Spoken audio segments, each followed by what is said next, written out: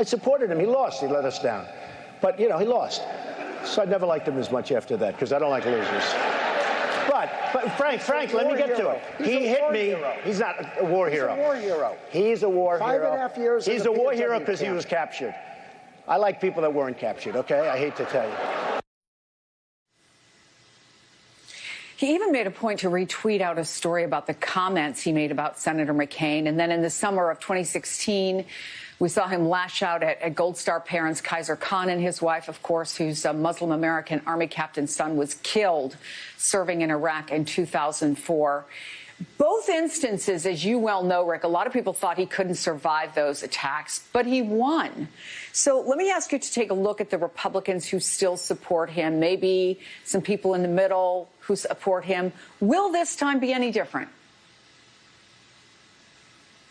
Chris, I think it will be different in the sense that the cult-like followers of Donald Trump, you know, I've already been arguing with them on Twitter this morning. I've showed them the videos. I've done the quote. I've showed them the audios.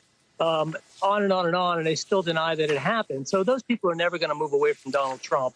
But rank and file military, which was normally supported strongly, they normally support Republican candidates for president very strongly, are really going to have to reconcile what Trump has said here. And the sad fact is, you know, we're debating whether this is all believable. Well, Jeffrey Goldberg would not have gotten as far as he's gotten in the journalistic world if he just made things up. So I don't believe he made things up. I also know him personally. I don't believe he made it up.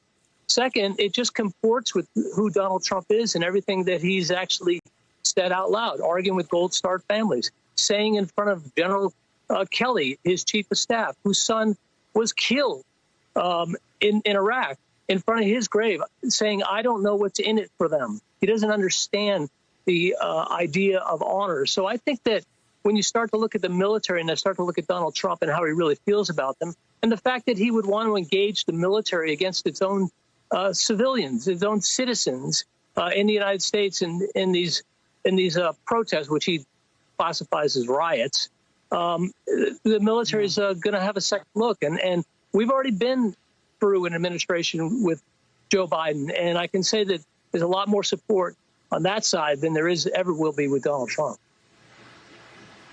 Rick Tyler, you're going to stick around. We're going to talk to you about some other things a little bit later on, but thank